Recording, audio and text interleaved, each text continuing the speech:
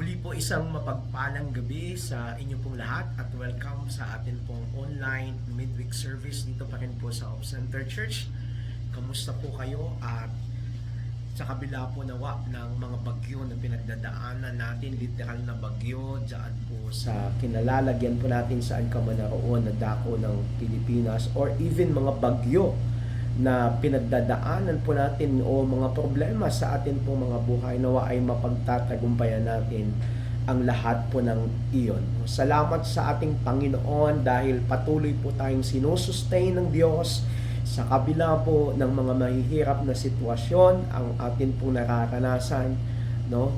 Salamat pa rin sa atin pong Panginoon. Pag-uusapan po natin ngayong gabi ang patungkol po sa mga hadlang, no, sa atin pong pag-unlad, mga hadlang sa atin pong pag-usad, mga hadlang para tayo ay makarating sa ninanais ng Diyos sa atin pong mga buhay.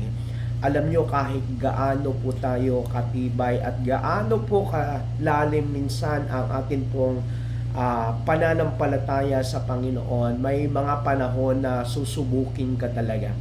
May mga panahon na makakadaan ka sa maraming mga pagsubok sa buhay. May mga hindrances, no?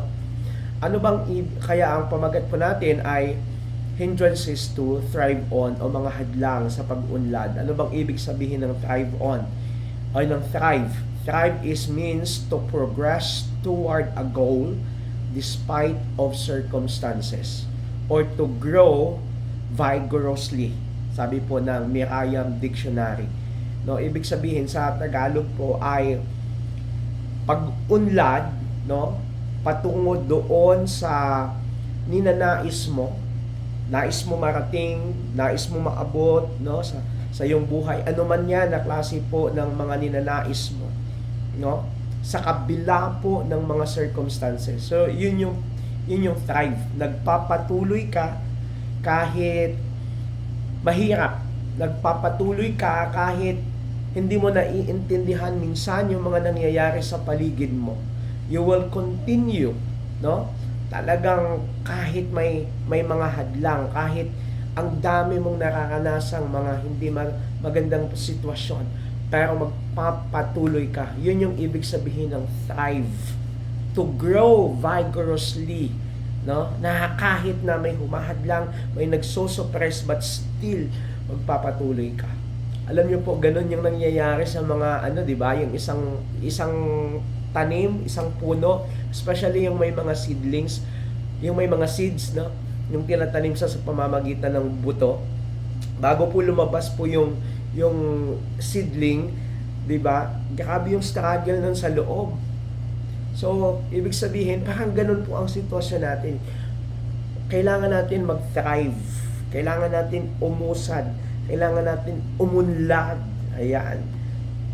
So, gusto ng Diyos, nais ng Diyos na tayo po ay mag-thrive on. No? God wants us to thrive on no matter how difficult our situations are.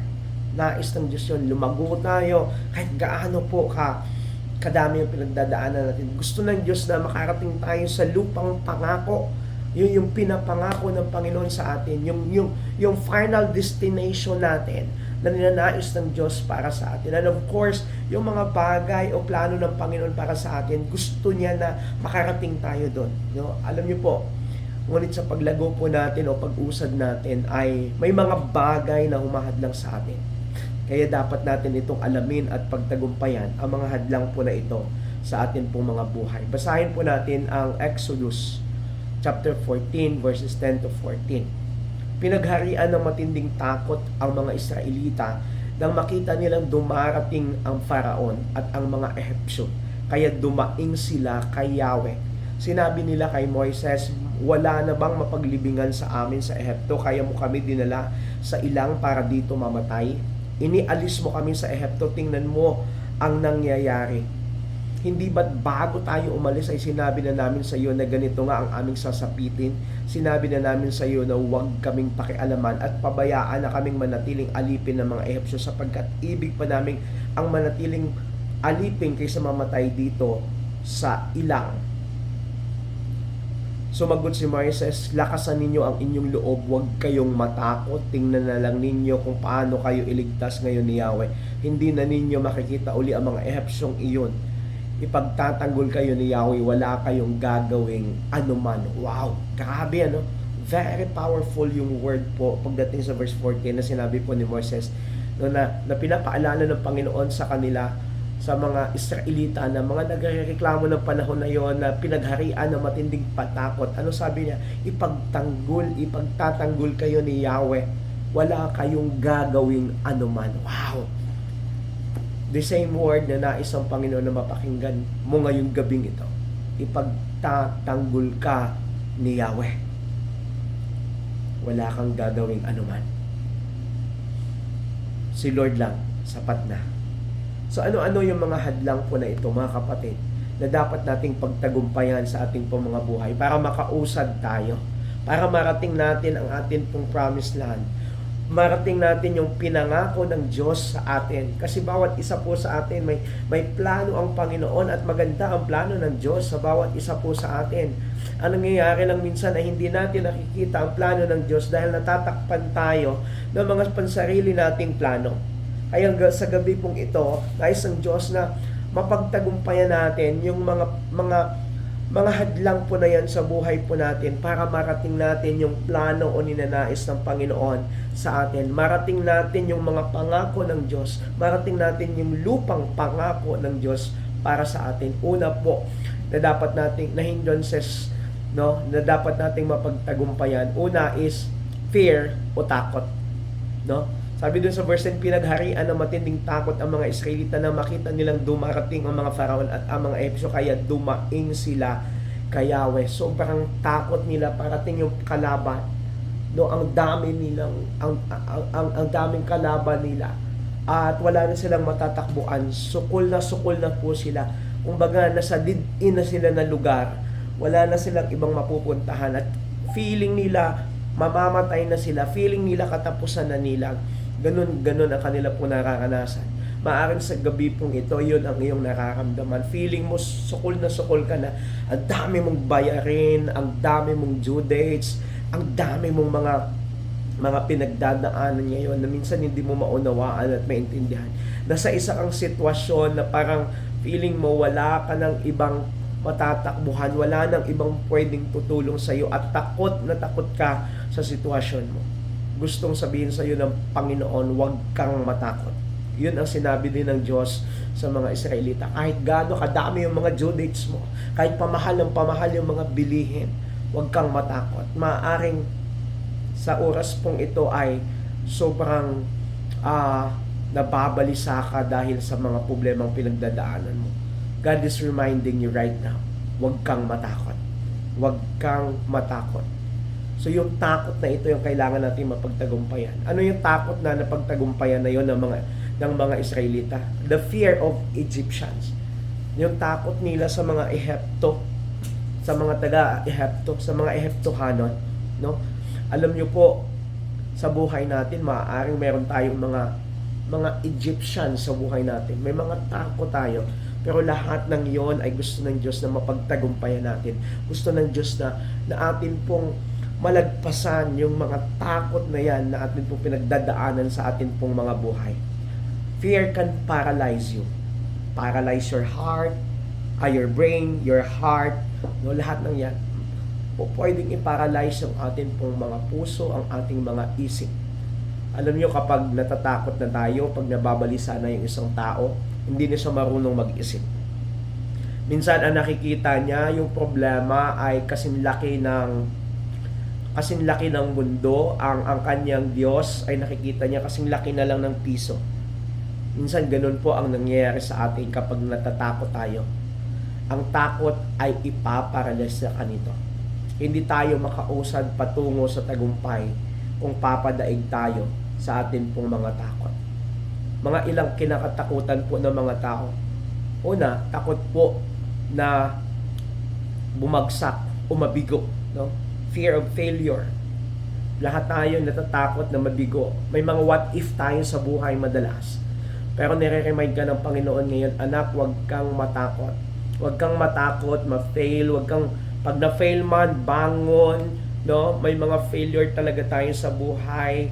Pero nais ng Diyos na yung failure na ito ay gamitin natin na tungtungan para bumangon muli. Okay? Makahakbang tayo muli. Ano pa? Fear of pain or discomfort. Ayaw natin ng sakit. Ayaw nating makaramdam ng sakit. Ayaw natin nakaramdam tayo ng mga discomfort. Kaya gusto natin nananatili tayo na lang sa isang buhay na kung saan komportable tayo. Ayaw natin minsan humakbang, ayaw natin minsan umalis doon sa kinalalagyan natin. No, katulad po ng mga Israelita, sabi nila, bakit mo pa kami nilabas doon?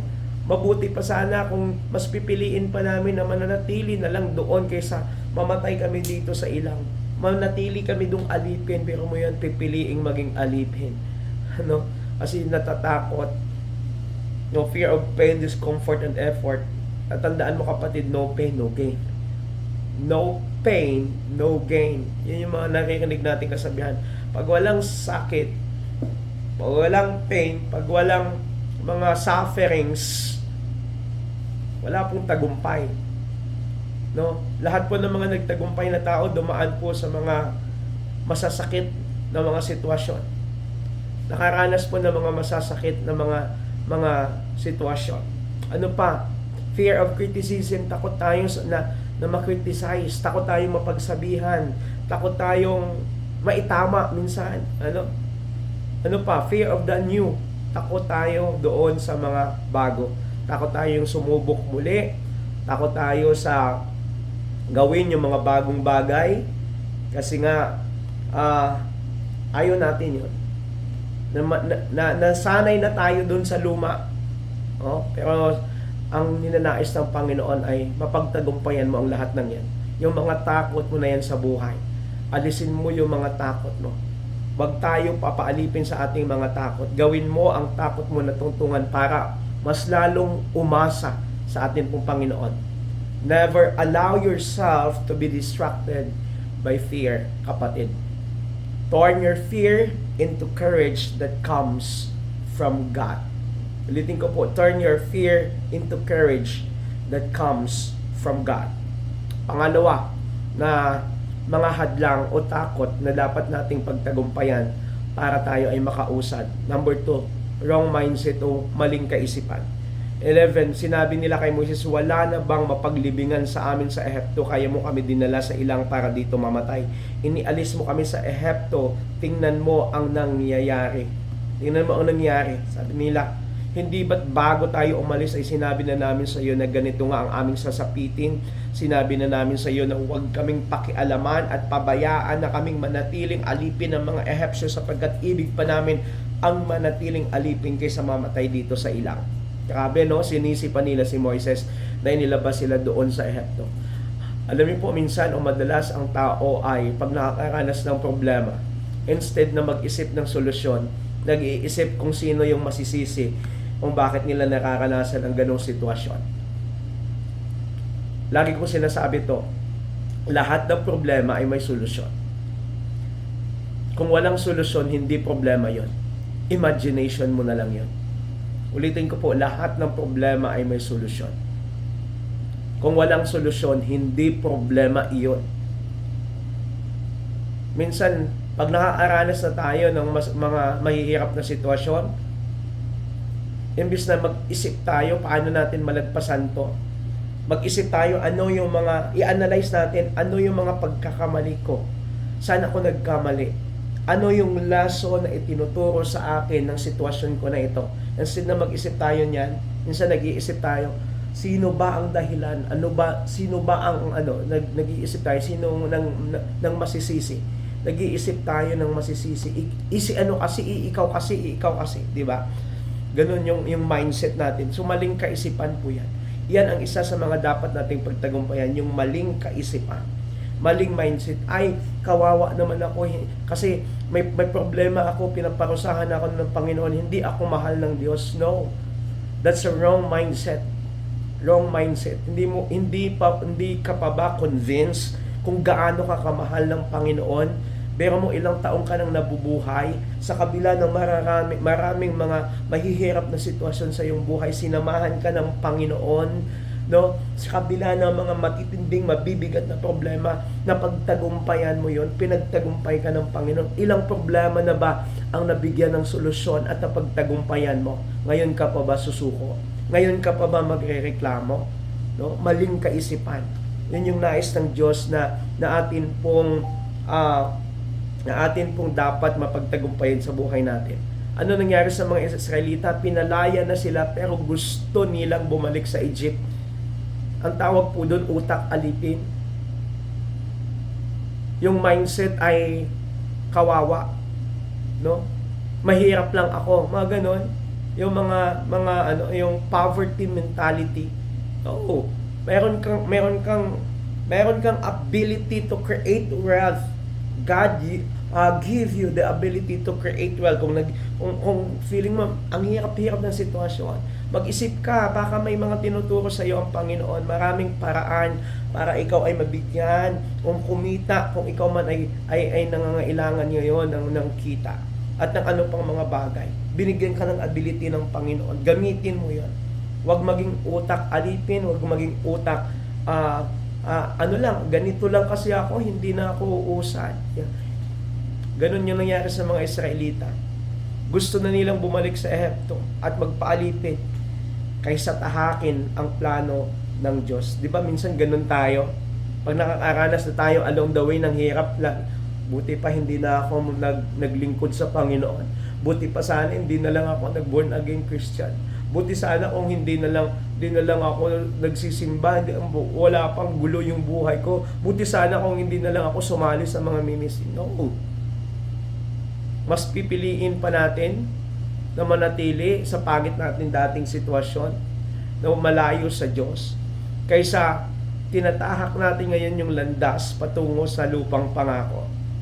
Kung kaya kang ilabas ng Panginoon doon sa dati mong sitwasyon, doon sa pagiging alipin mo, hindi ka ba kayang itawid ng Panginoon papunta ng lupang pangako na pinangako niya para sa iyo? Tatandaan mo yan. Kung kaya kang inalis, pinalaya ng Panginoon doon sa nakaraan mong buhay, doon sa pangit mong buhay, sa pangit mong sitwasyon, kaya ka ring dalhin at isustain ng Panginoon patungo sa lupang pangako. Kaya kang isustain ng Diyos patungo doon sa ninanais niya o pinaplano niya para sa iyo, kaya huwag kang matakot. Ibahin mo yung kaisipan mo. Kung nakakaranas ka man ngayon ng pagsubok, binabagyo ka man ngayon ng problema, tingnan mo yung lesson nito. Nawa, ang dalangin ko sa mga panahong ito na iba't ibang pagsubok na nararanasan mo, ay matagpuan mo pa rin ang Panginoon. Right mindset. Instead na maling kaisipan, itama natin ang ating kaisipan. Mayroong Diyos na nakakaalam at may kontrol ng lahat. Yes, may problema. Ito yung problema, tuldok lang yun when it comes sa kapangyarihan ng Diyos na ibibigay sa iyo para mapagtagumpayan ang mga pagsubok na yan. No? Di ba yun yung sabi niya sa Romans 10:13, na wala pang pagsubok na hindi nararanasan ng mga tao. At pag dumating man ang pagsubok, ay bibigyan ka ng Diyos ng lakas upang mapagtagumpayan ang mga pagsubok na yan. Bibigyan ka ng Diyos ng lakas, mapagtagumpayan ang lahat ng yan. Sa pagsunod mo sa Diyos, may mga kahirapan. Ngunit, magpapatuloy ka. Kung magpatuloy ka, tagumpay mo ay may katiyakan.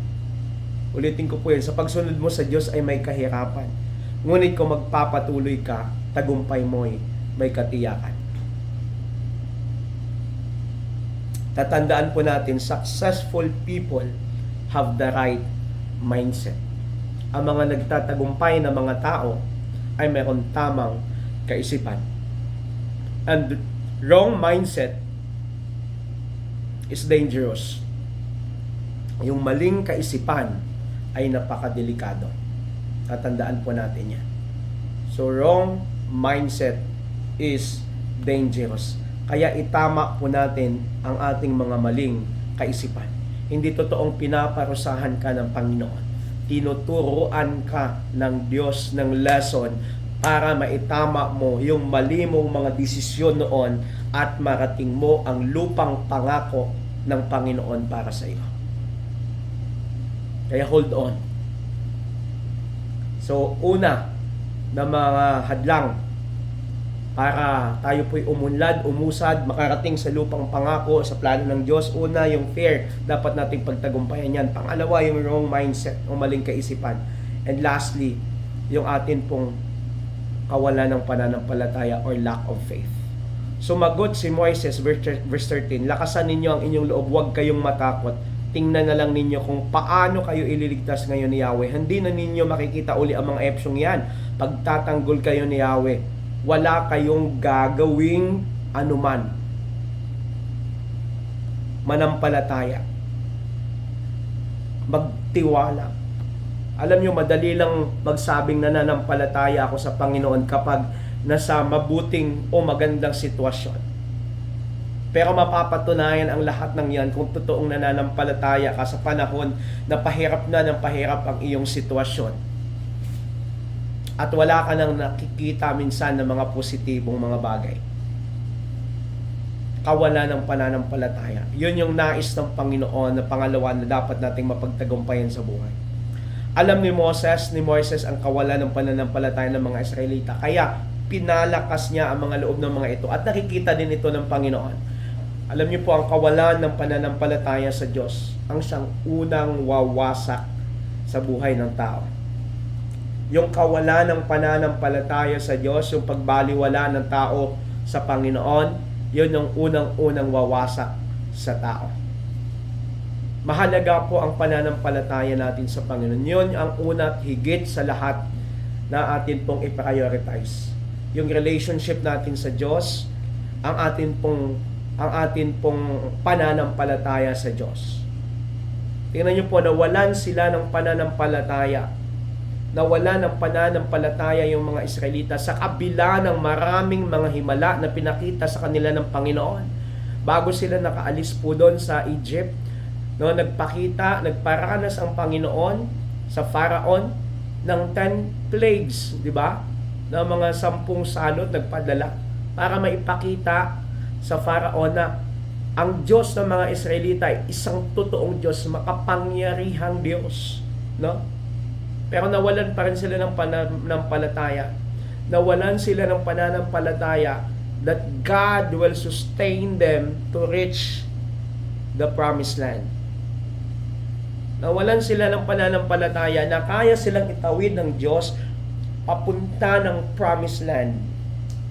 Papunta sa lupang pangako. Nawalan sila ng pananampalataya na tutupad ang Diyos doon sa kanyang mga pinangako.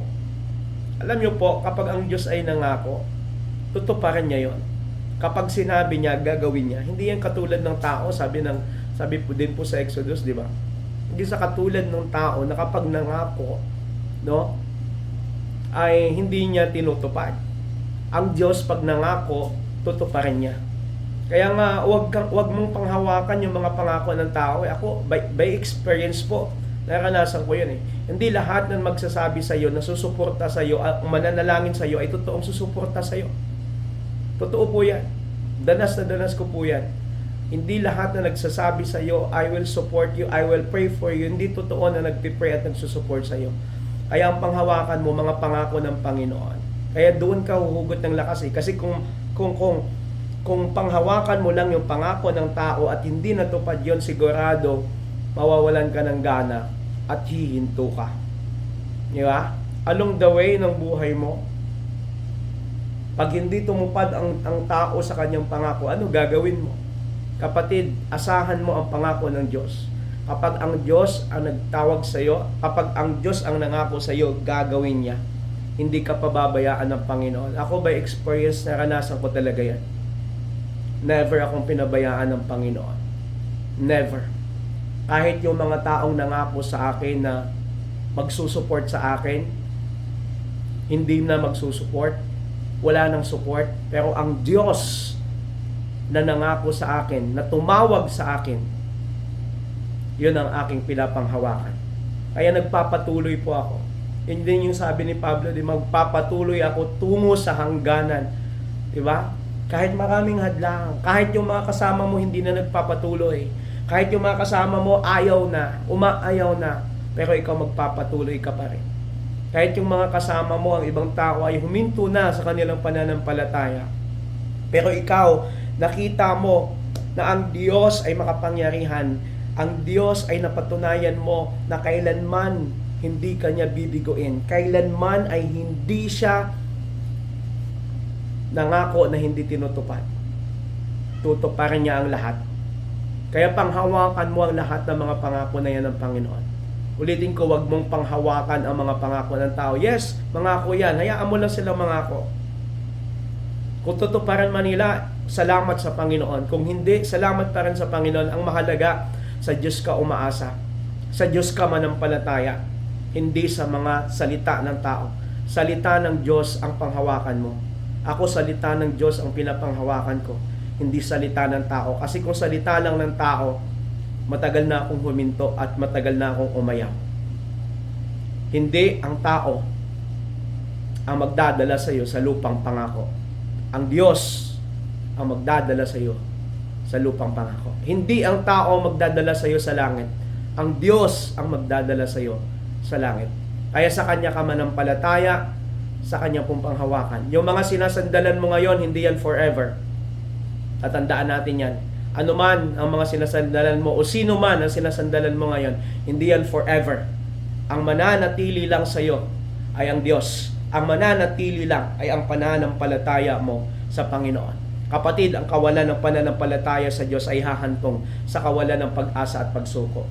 Kaya namatay nga po sa diserto ang lahat ng mga Israelita na hindi naniwala o nampalataya sa Diyos. Sino lang yung nakatawid mula na original mula doon sa paglabas sa Egypt at nakarating ng Promised Land? Dalawa lang, Caleb and Joshua. Sila yung dalawa na may matinding pananampalataya na kahit yung mga kasamahan nila hindi na nagtitiwala, marami nang complain, nagmumurmur na, no? Nagmamarites na, but still sila ay nanatili na tapat, na naglilingkod, nagpapatuloy sa Panginoon kasi mayroon silang pananampalataya sa Diyos. Ang taong may pananampalataya, hinding-hindi susuko sa kanyang pagsunod at paglilingkod sa Panginoon. No matter what happen, kahit gaano kalaki, kalalim ang mga problemang pinagdadaanan niya, magpapatuloy siya. Kahit wala nang tumutulong sa kanya, kahit wala nang may nagsasabi sa kanyang maganda, kahit wala na siyang naririnig na encouragement, pero dahil ang kanyang pananampalataya ay nakabatay, nakasentro sa Panginoon, magpapatuloy siya. Kapatid, tibayan mo ang pananampalataya mo. Nakakamatay ang kawalan ng pananampalataya. Gusto kong sabihin sa iyo, ililigtas ka ng pananampalataya mo sa Diyos. Kaya ipagpatuloy mo yan. Ipagpatuloy mo. Sa history po ng Bible, lahat ng mga nagtitiwala sa Diyos ay naligtas at napaayos ang buhay. Ulitin ko po, lahat ng mga nagtiwala sa Diyos ay naligtas at napaayos ang buhay. Pero lahat na hindi nagtiwala at nanampalataya sa Panginoon, napahamak ang buhay. At sabi po ng even po ng John chapter 3 verse 18 yata, sabi doon na kahit ang hindi pa nanampalataya ay naparusahan na. Ang sino mang manampalataya ay may buhay na walang hanggan. Ang sino mang manampalataya ay maranasan ang pagpapala ng Diyos sa kanyang buhay. Not just only materially, kundi sa lahat ng aspeto ng buhay niya. Yes, may pagsubok. Mahirap at minsan nakakalito ang mga sitwasyon. Pero sa Diyos walang mahirap at lahat sa Kanya ay posible. Kaya patuloy kang magtiwala kahit sa panahong wala kang nararamdaman o nakikita. Sa aking pagtatapos, ang mga hadlang na dapat nating pagtagumpayan para tayo po ay umunlad, makarating sa ating lupang pangako, mangyari ang mga pinangako ng Panginoon sa ating pong buhay. Una, kailangan mo pagtagumpayan yung takot mo, yung fear, maling kaisipan or yung mindset. And lastly, yung kawalan ng pananampalataya. Kapatid, huwag nating hayaan na manatili sa buhay natin ang tatlong mga hadlang na ito. Magkaroon tayo ng tamang kaisipan na nagmumula sa Diyos at sa buong puso tayo magtiwala sa Diyos upang tayo ay magkaroon ng pag-usad. God wants us to thrive on. no matter how difficult our situations are. Sabi doon kanina, sa talatang binasa natin, lakasan ninyo ang inyong loob. Tingnan na lang ninyo kung paano kayo ipagtatanggol ni Yahweh. Sa last verse kanina, sa verse 14, sabi doon, di ba?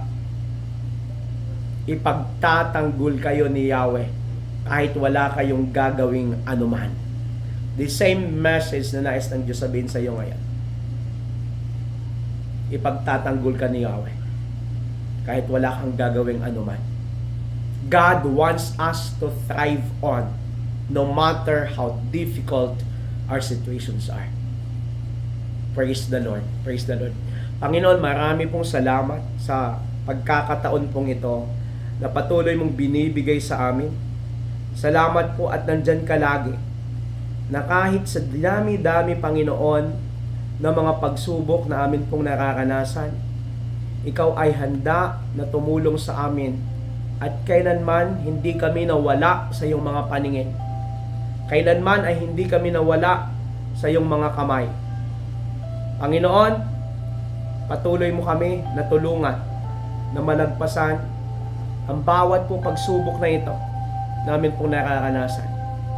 Lord, tulungan mo kami na yung mga hindrances sa amin pong buhay para kami ay lumago, umusad at marating namin ang iyong pangako sa amin, yung tunay mong plano sa amin. Lord, tulungan mo kaming alisin ang mga takot na ito. Alisin, dakilang Diyos, yung maling kaisipan. Alisin, dakilang Diyos, yung minsan yung mga pagdududa namin sa iyo, yung kawalan namin ng pananampalataya sa iyo. Panginoon, tulungan mo kami na malagpasan ang bawat hamon ng buhay sa araw-araw at makarating kami sa lupang pangako. Lord, patawaran mo kami kung minsan nagko-complain kami, marami kaming mga complaint. At minsan sinisisi namin ikaw, dakilang Diyos, o yung ibang tao sa mga nangyayari sa buhay po namin. Lord, sa iyo po namin pinagkakatiwala ang lahat. Limitado po kami. Nasusukol kami minsan ng mga problema, nasusukol kami minsan ng mga pinagdadaanan namin. Pero salamat, nandyan ka, aming dakilang Diyos, makapangyarihan. Hindi po nagsasawa, hindi napapagod sa pag-ibig, hindi napapagod sa pagmamahal sa amin. Hindi ka nawawala ng pag-asa. Kahit kami, Panginoon, ay dumadating sa point na nawawala ng pananampalataya. But still, O God, patuloy mo kaming inuunawa.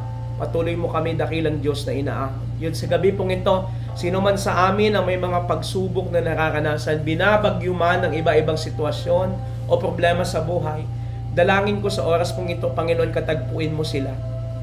Yakapin mo yung kapatid kong yan na may pinagdadaanan, may malalim na problema, at ipakita at paramdam mo sa kanya, Panginoon, ang iyong pagkilos sa kanyang buhay at kung gaano mo siya kamahal, dakilang Diyos.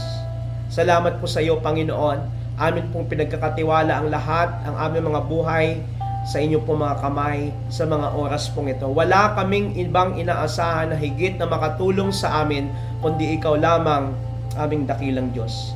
Thank you so much, God. We give you praise, glory, and honor in Jesus' name. Amen. Amen. Huwag po muna kayong umalis. Meron lang tayong announcement. Tayo na po ay dumako sa ating pangwakas na panalangin. Panginoon, kami po ay lubusan na nagpapasalamat sa iyo, sa iyong encouragement sa amin ngayong gabi pong ito, sa iyong reminder sa amin na kailangan naming patuloy na manampalataya sa iyo. Huwag matakot, magkaroon kami ng tamang kaisipan sa amin pong patuloy na paglalakbay. Lord, alam namin na nandyan ka lang. Salamat po sa pag-remind mo sa amin na sinasamahan mo kami. Salamat sa katugunan ng aming panalangin. Salamat sa pagpapalakas sa amin sa oras pong ito. Mga kapatid, sa ating pagtatapos, patuloy mong taglayan ang pagpapala ng Diyos Ama, ang pagliligtas ng Diyos Anak, at ang patuloy na pag-aaliw ng banal na Espiritu ngayon at magpakailanman. Ito pong aking dalangin sa pangalan ni Jesus. Amen. Amen. God bless you po at isang maganda at mapagpalang gabi muli sa inyo pong lahat. Mabuhay po kayo.